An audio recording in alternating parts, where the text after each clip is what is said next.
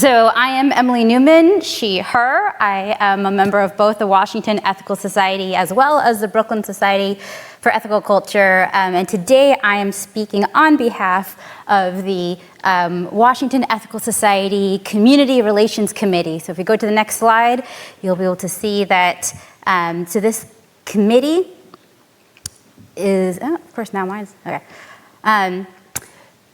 So the committee is made up of 4 members of WES, approved by the board and supported by our senior leader. We're tasked with helping WES live the community relations pact we developed together to be more welcoming, caring, and respectful, allowing us all to express our perspectives and explore assumptions and beliefs. So that pact also considered like a covenant, a community agreement, guidelines. It was developed by multiple listening sessions over multiple months. And of course, you know how ethical culture people like to wordsmith it. So there are 4 sections in the pact, which include improving communications, sustaining positive relationships, resolving conflicts, and building a healthy community. And each of those sections has multiple points. I included the link on there for people who want to read the whole thing. But we're gonna move to the next slide to focus on this recent workshop series that we developed called Creating a Caring Culture. So the description we used for the whole series was, we'll confront harmful power systems that show up in ourselves, our community, and society in general that aim to disconnect people. We'll explore how we can change our thinking and behavior to form more cooperative and collaborative ways to engage with each other. And then I made some short descriptions for each of the sessions that I did not save. So I'll see if I can find those, but also if you are thinking about replicating this in your society, I'd say see where your wording takes you. And also obviously I'll share the ways that we broke down the sessions and you can always get creative. But our main goals were for internal reflection and growth, community building and planning, and bringing mindfulness and care to power distributions in relationships. Each of the sessions focused on one or more white supremacy characteristics, how they show up and intersect in us, in WES, and in the world. So even though we were using the characteristics as labels for the session, the CRC did talk a lot about whether or not to use that phrase, white supremacy, in the promotion. We were nervous, especially seeing as how that phrase triggered or discomforted some members, which is one of the reasons we created this series. We didn't want to turn them off or get those gut defensiveness reactions.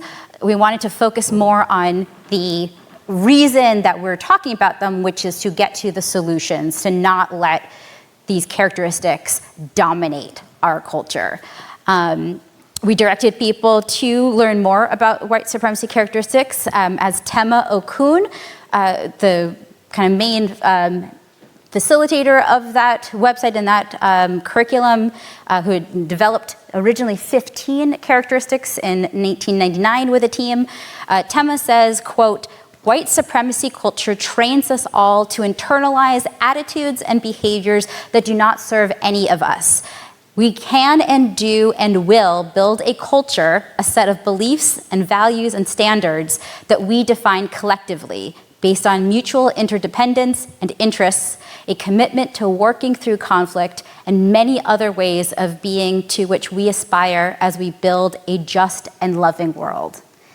Which sounds pretty ethical culture, which is again one of the reasons that we used culture in that title. So on the next slide, you'll see a super short version of the current 9 characteristics. I strongly encourage people to explore whitesupremacyculture.info on your own. There are lots of bullet points there about the descriptions of characteristics as well as the antidotes. There are stories that I think may kind of help people reflect on our own experiences. There are links and information about what led to the development of the characteristics and other ways to work on solutions. And also I want to say before I go down the list that it's not about completely absolving ourselves from or avoiding these characteristics. For example, the world is a scary place. It's hard to completely not fear things, but it's important to not let them dominate our decision making and cause more separation and disconnection. So we're not letting the characteristics define us. And to not let them do so, that means we have to understand what they are, how we can run our lives without being controlled by them. So I think one of the things as people's initial reactions, not just to the phrase white supremacy, but to the concept of the characteristics, is that discomfort of, oh, if I exhibit these things, I am a bad person. And again, goes to that binary, which I feel like the binary has come up multiple times even today. We're all lifelong learners, always experiencing new things and trying to understand them and interacting with different people. I also was mindful with the CRC series. One of the reasons I personally didn't want to name white supremacy in the description or the title is because I think that it was important for us to recognize multiple interconnected oppressive systems. So we weren't going to just talk about racism. We were going to talk about ableism, sexism, all the things. Going through the characteristics. So fear allows us to be easily manipulated and dangerously reactive. One of the examples that we came up with, how police officers often claim that they were scared, which is why they drew their gun and shot instead of de-escalating or handling a situation.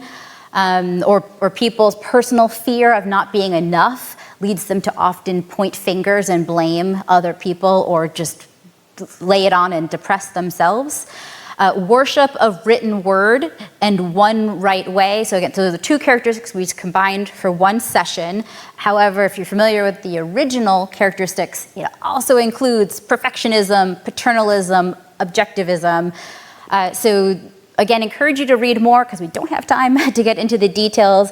But general description is that it forces us to view one seemingly superior person or idea as correct and ignore others. And you'd think that in a non-theistic, non-religious community such as ethical culture that we wouldn't have that sort of putting someone on a pedestal or saviorism, but we still tend to have we still have to work against having that hierarchy of there's only one way to do things. I know, for example, there is societies have played around with multiple kinds of programming other than just one Sunday morning platform, knowing that that's not going to bring everybody in or excite everybody. Or even playing around with the elements that are included in a platform to keep people engaged and learning. Quantity over quality, which includes progress is bigger / more, assumes the goal is always do, get more without valuing process, learning, or effort. This comes up especially when it comes to evaluations about, it is easy to count how many members do we have, how much money are we bringing in, how many big donors do we have, how many events have we run, but that assumes that everything is linear, it's always going to be growing more, doesn't take into effect, are they good programs? Are these engaged and active members? Are people feeling included and invested? How many people are we turning away because of issues happening? And also tends, the quantity over quality also doesn't always include people's different abilities. So one person may be able to churn out 20 pages of text. That doesn't mean that they're smarter or better than somebody who is maybe going to draw 20 images or knows how to cut down their verbiage and can get the point made across in 5 pages. Individualism assumes we're all on our own and need to look out for ourselves, leads to a very toxic denial of our essential interdependence. Urgency, the perpetual power imbalance by rushing decisions, excluding potential allies, and putting process over people. I think this one especially can hit home for us since we are dealing with business matters this weekend, as well as rebuilding relationships, as well as we all have flights and jobs to go back to or meals to have. So there definitely are some timelines, some limitations, but we want to make sure that we're not cutting corners and muting people, ignoring things, or rushing ourselves. The fear of open conflict, which also includes right to comfort and power hoarding. This protects comfort for people in power and blames others for disruptions instead of addressing the issues. I think this is one of those challenging ones because nobody really likes conflict, or they don't want to admit it. They worry about the growth of conflict, but sometimes letting things fester and not be addressed is much more harmful. We can take this as a literal, what happens when you let mold spread, you let cancer spread kind of situation, that which is also very common in relationships and societies. Denial and defensiveness. We talked a lot about the concern about the members reacting with denial and defensiveness and not being open to learning. So that we were very mindful about how we were going to promote the series, run the series, follow up from the series. So denial and defensiveness encourages silence or excuses instead of dealing with matters. And then last, but probably one of the most prevalent in my personal opinion, is the either or and the binary. It reduces complexity to 2 options, restricting creativity and collaboration. So certainly, from the last session we saw about not appreciating the full spectrum of sexual orientation or sexual identity. This morning with the refugee program, also there are multiple examples about the assumptions we make of you're either American or you're not. You're either white or you're a person of color, and not really appreciating the nuance and the opportunities to learn more inside. So this next slide is a little text-heavy. It's going to show you how we plotted out the 8 sessions. There's always that kind of that balance of not putting too much content into one session, but also not having to be responsible for too many events. So that second row, the soul matters themes, those are provided to us from the Unitarian Universalist Association, and then we at West like to tweak them to our own needs, sometimes secularize some of the aspects that work on the development of the theme and how we're going to play it out is usually between the senior leader and the Sunday platform officiants, of which I am a part of. So I honestly don't remember what the original UU themes were, but these are the ones that Wes agreed to. And they show up in the development of the platform speakers, a little bit of influence over the children's programming, and usually the organization we do the share the plate with each Sunday. We do a share the plate each Sunday, but we use one organization each month so that there's also this like growing relationship. Something I believe somewhat new to Wes was Casey Slack, our senior leader, also wanted to do social justice themes. So kind of made the Soul Matters a little bit more active. And then my encouragement to the CRC when we were plotting out our program is, wouldn't it be awesome if we could find even just a thin way to connect the characteristics to these themes already happening? So it's kind of like an ongoing conversation. You make those connections. One thing hopefully leads to another, which also ideally makes it easier to refer to the workshops during the platform. Nice, always good to make those like little plugs, promos. Also hopefully makes it more attractive or inviting to attend the workshop, which we held all of them on Sunday afternoons. So there's a little bit of a hope of like, you're already here for the mornings, just stay a little bit. I was also hoping that this may make the development of the content of the sessions a little smoother. So for example, with either or in the binary, we are already in June. So we're already talking about pride and people's in the spectrum of orientation and preferences. In March, since we're already talking about processes and changing and climate change, there's an obvious urgency to actions needing to be taken so that things don't get worse. And that allowed us to also, I think, get people to be a little bit more ready to talk about their experiences. So in preparing this session, senior leader Casey Slack and I prepared a promotional video in September that we shared at Platform and I believe emailed afterwards, inviting all to attend sessions with an open mind and a caring heart, reminding them that breaking free of oppressive systems isn't easy or quick, but it's essential for us to fully show up in community, engage with others, and do this needed work. So we posted on the website, on the member Facebook group. We included weekly emails and member listserv. We announced at platforms. We talked it up in person. And even with all those promotions, we still each time were thinking, how else could we spread the word? And we learned a little bit too about how we could strengthen our general communication efforts. Because of course, people were saying, I didn't know this was happening. And there were also a couple of times where we maybe double booked the room and had to make sure people knew that we were moving to a different space. So the CRC, as I mentioned, is for individuals.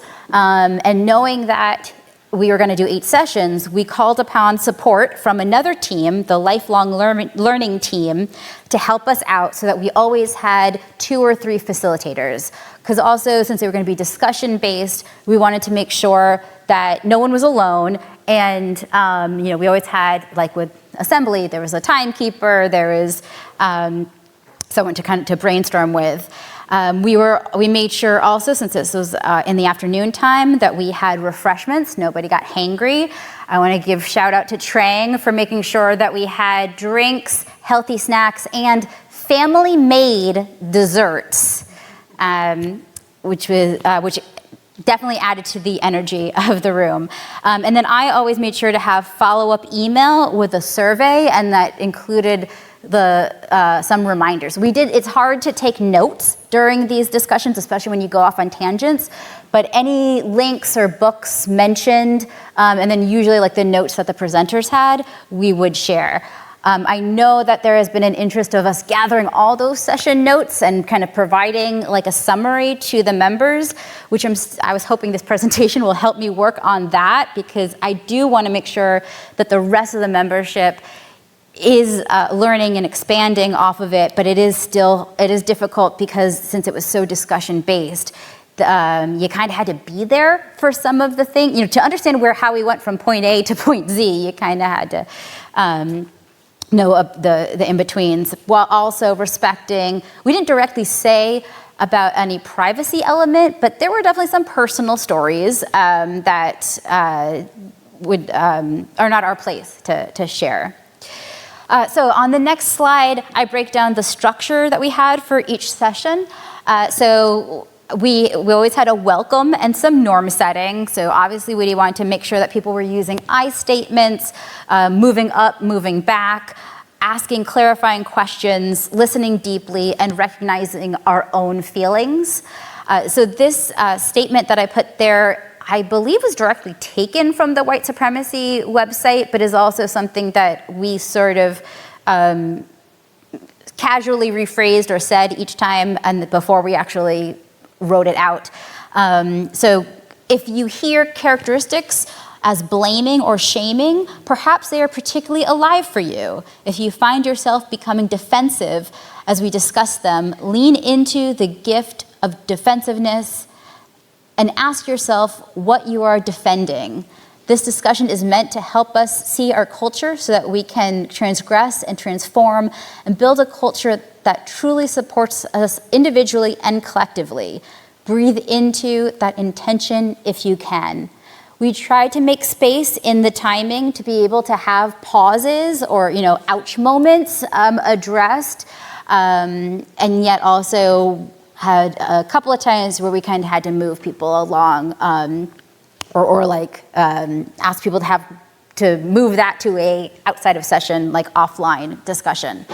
In typical ethical culture fashion, we tended to have a go around. We actually, those few sessions where we didn't start with a go around, we're told later people wanted it. But I like to have productive go arounds, especially to keep them a little tight. So a direct welcoming people to share one word that they associate with the characteristic, one word about how they're feeling. I think some of you maybe use where it's like you use a weather term, like if you're feeling sunny today, you're feeling cloudy. So that allowed a little bit of a check-in. And then we also did this recognition exercise, which I will expand on later. Then we reviewed the characteristic. We read some parts from the White Supremacy Characteristic website directly. We shared examples and experiences. Technology permitting, I will show a video that we used. So we often would do an exercise because we did want to make sure that these were very active, engaged sessions. So that activity may be discussing questions, reflecting on an experience, either personal or Wes, or actually we couldn't help but get into politics some days. That's, we're in DC, so it happens. And then there's also a grid that I will also share about the balancing urgency and importance. We reviewed the antidotes. I always aimed to spend more time on the antidotes than the characteristics because I love to be able to get us a little bit more focused on the positive, hopeful side instead of down in the dirt of depression, as I say. So, again, highlighting text from the website, sharing examples and experiences, sometimes sharing kind of like either what we did or we wish we had done in different experiences, or what we would. Some people straight up were like, "So I have this issue, I don't know what to do," and then as a group, we've walked them through some options. And we touched. One of the reasons that we do want to make sure to expand on this work is because of when it comes to solutions for WES, it's going to take more than just 4 people on the CRC to truly implement them. As we said, this is a culture. It's going to take practice and ongoing commitment from the membership, not just the leadership saying that members should do something. There's definitely an investment. And then lastly, we always try to either conclude with a go-around or popcorn style, people just like shouting out responses with a word, again, how you're feeling, or maybe a takeaway you've learned or an action that you will take. And then also one time, the last session, we did a yes and exercise. So we created a story together. One person started the story. I think it was like Wes is having a party. And then the next person said and added what they're bringing, or and this is what we're doing. And so even though it was of a kind of creative, playful experience, it was an example of how you listen to and recognize somebody else and work with them, work off of them. If anyone's ever done improvisation, you go yes and, so you keep the scene going. If you were to say no, you're cutting down the scene, you're cutting down the person who went before you, and you may be totally running away doing your own thing, but you're not collaborating. So on the next slide, I was originally, when we were going to have a small group, gonna allow you all to do a go around. Sorry, we're gonna skip that. But you already sort of know each other.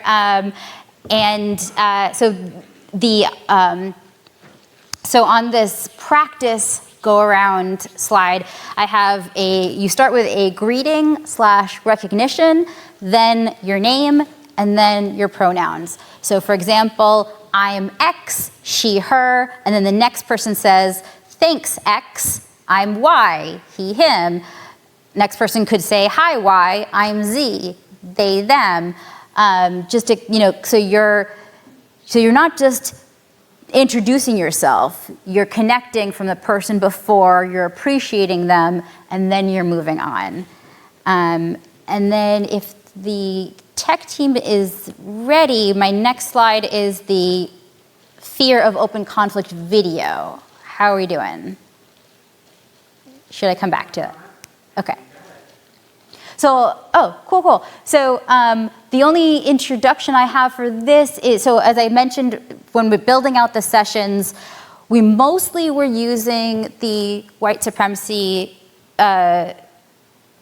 Characteristics.info website, but we also would look up other sources, and so I believe that Laura Steele and Kate Lang did our one on fear of open conflict and found this video series, and I wanted to show a snippet from that.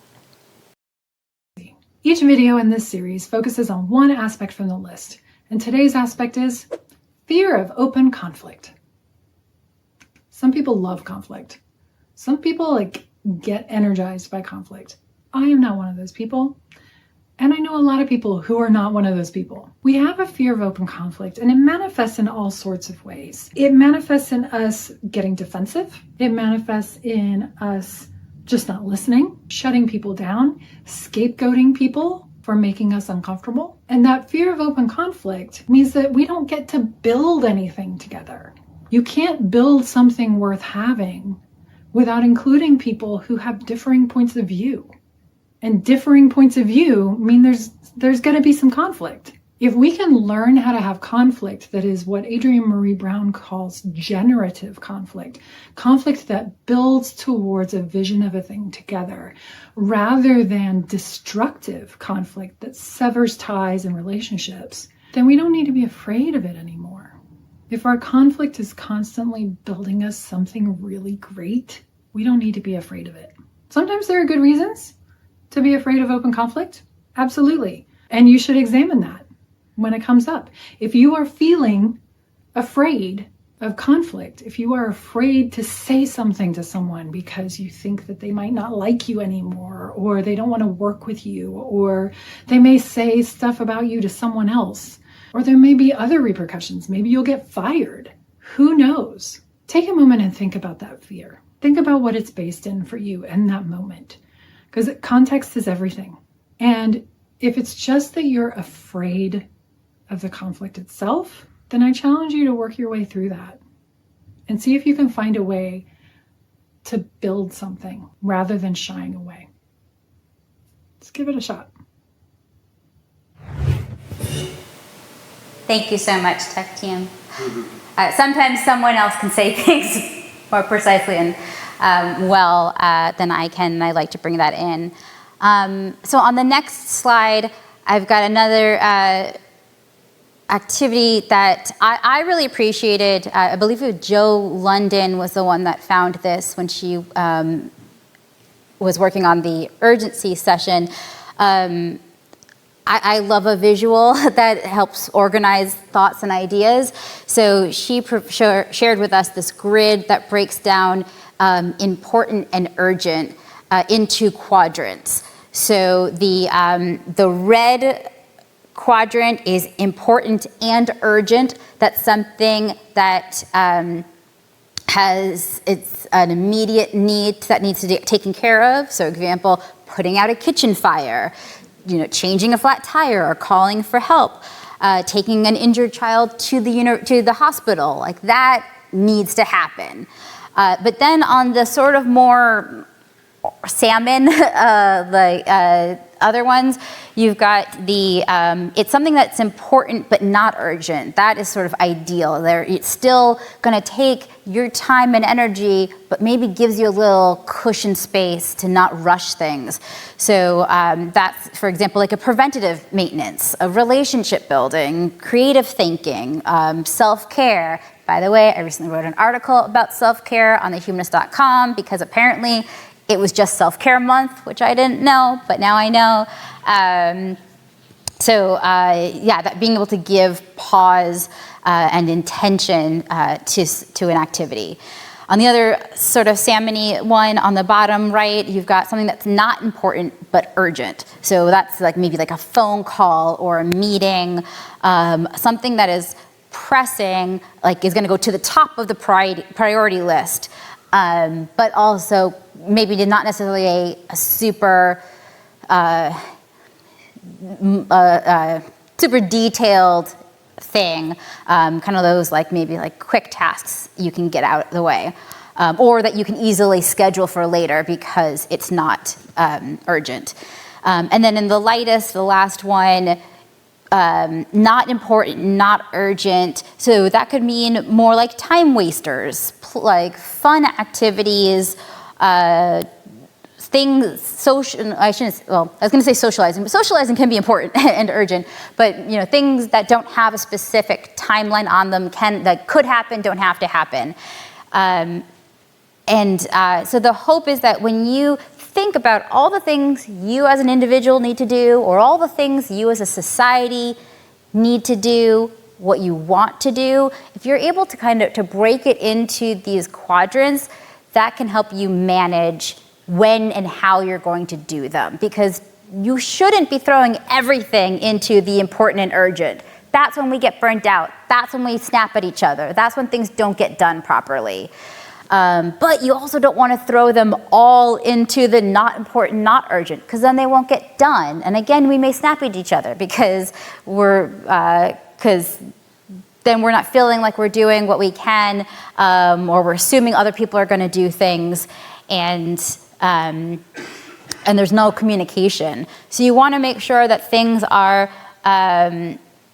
being properly prioritized, and that also when you think about the timing, you're breaking down all the considerations. So with urgency especially, that's where we want to make sure that the stakeholders, the decision makers, are part of the process. You're not going to say, oh, we really care about the unhoused population, so we're going to decide what they need, and we're going to decide when we're going to give it to them. You need to incorporate them into the discussions to find out, and often we see shelters prefer the money so that they can purchase their supplies, make their arrangements. They don't want to have to filter through all the donations that people have. Or even a person who's hungry has dietary concerns, either health-wise, religious-wise, so you don't want to just throw food at them. You want to know what kind of food and drink can we offer you, and also when's the right time to bring them by or to deliver it. You want to,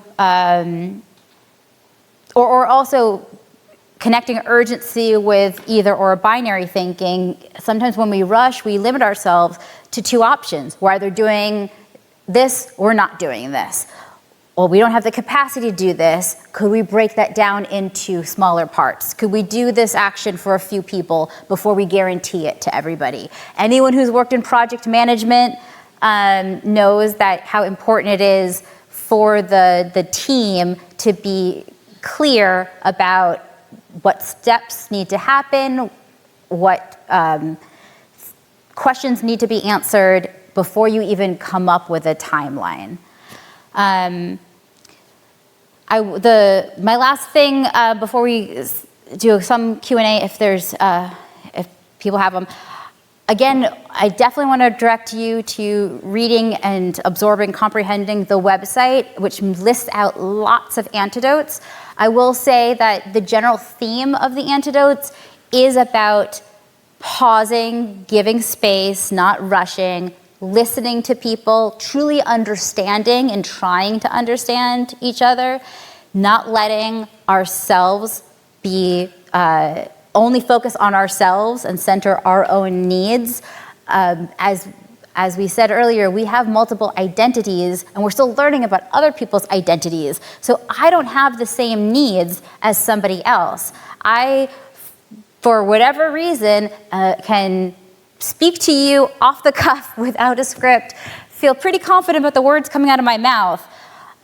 Other people need a little bit more time to process, or they maybe feel better about writing it out, or I've heard some people are talk to think and other people are think to talk.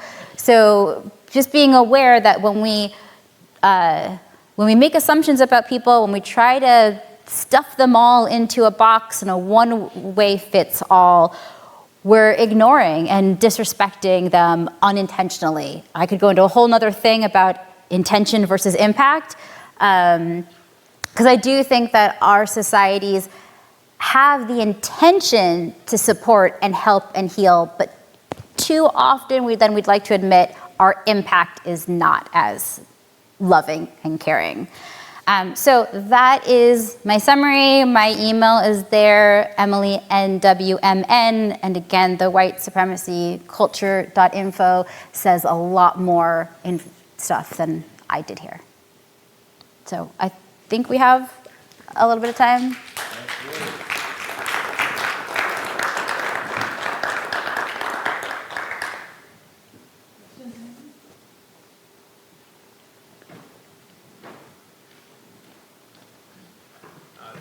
Thanks a lot. Hi, Emily. I think a very useful presentation.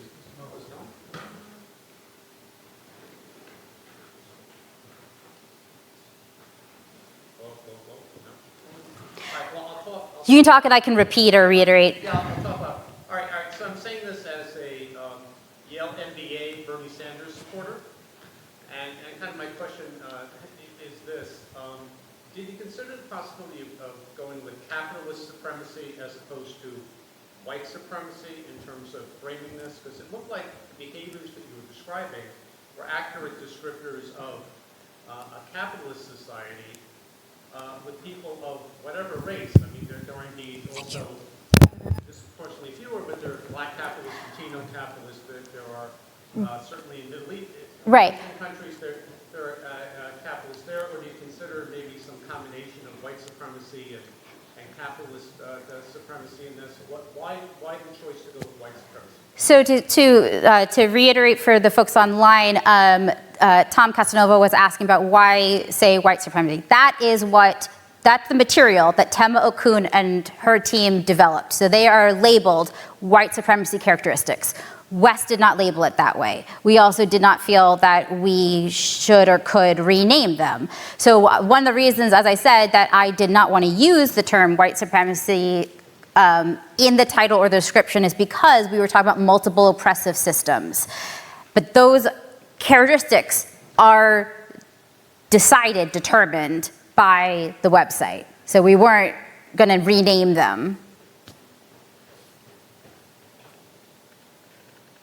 Fred? Oh.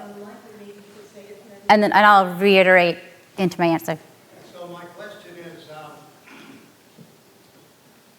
a lot of people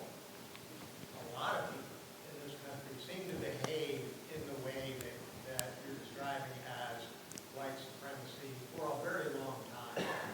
And so my question to you is, why do people behave that way? Illuminate on that a little bit. The answer that I get when I think about that is greed. But maybe there's other reasons that you could tell. Because if you can understand the nature of the problem, it may be easier to fix. So Fred's question is about why people exhibit the characteristics that I named. That I feel like is a whole course on psychology, anthropology, government, yada yada yada. There are. I mean, and also we could have the whole nurture versus nature discussion. I think that part of it is a reality and an assumption of limited resources. Part of it has to do with our education system. I could go on a whole thing about why public education is needed and my fears of the attacks on it. I think that parenting and caregiving takes a village, it's again an ongoing process. You're never a pro at raising a person because a person is always developing. The parent and the child are always developing. So I guess my short answer is there are too many reasons that society is like that. However, on the positive side, I think the more that we address the issues and direct people towards the solutions, the better we'll be. And then, Louisa, and then can we check if there's anything on Zoom? And yeah. Okay.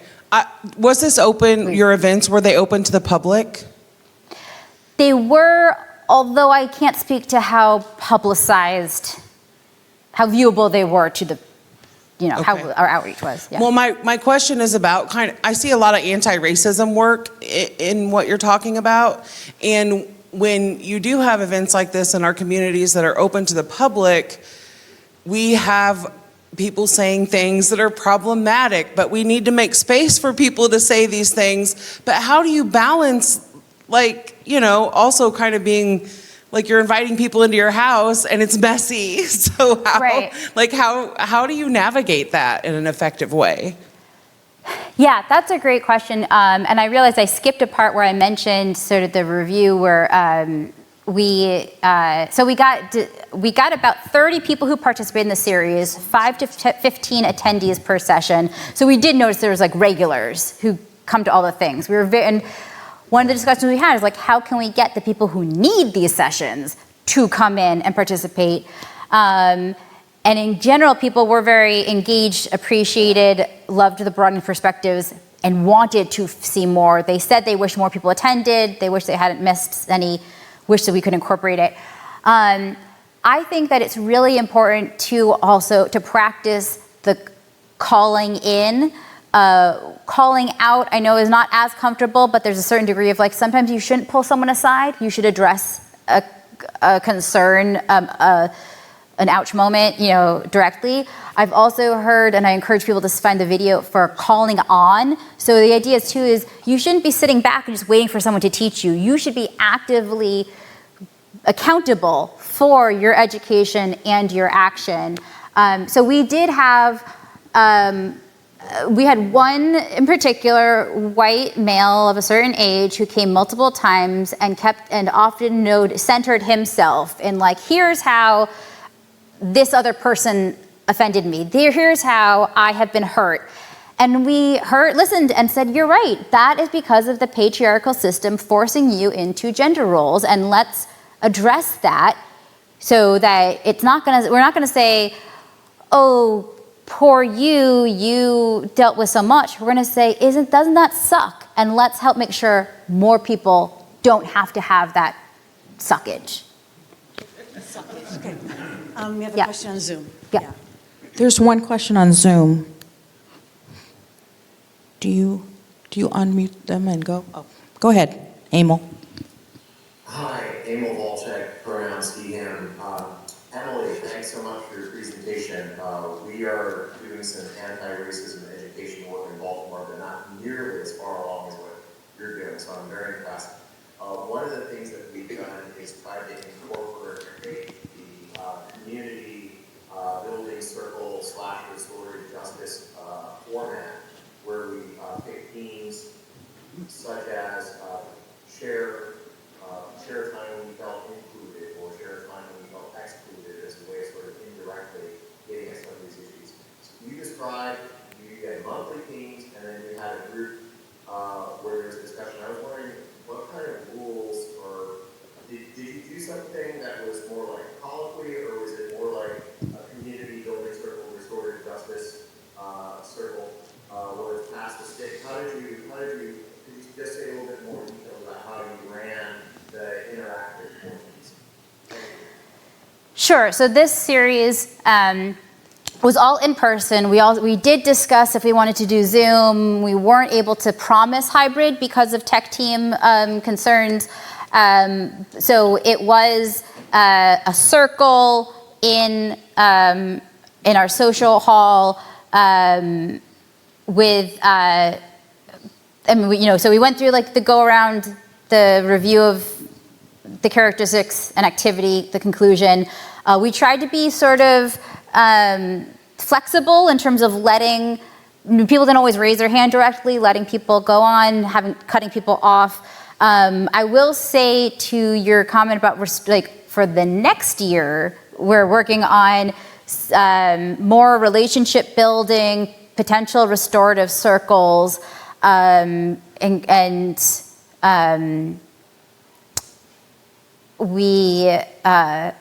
we're also always aware that some members like to be talked at and are more introvert, and some want to do a lot of the talking, and so finding that balance of participation. Yeah. Okay. If you don't mind me adding to what Emily and the great job that the CRC did is that I was part of the team at Washington, the lifelong learning team.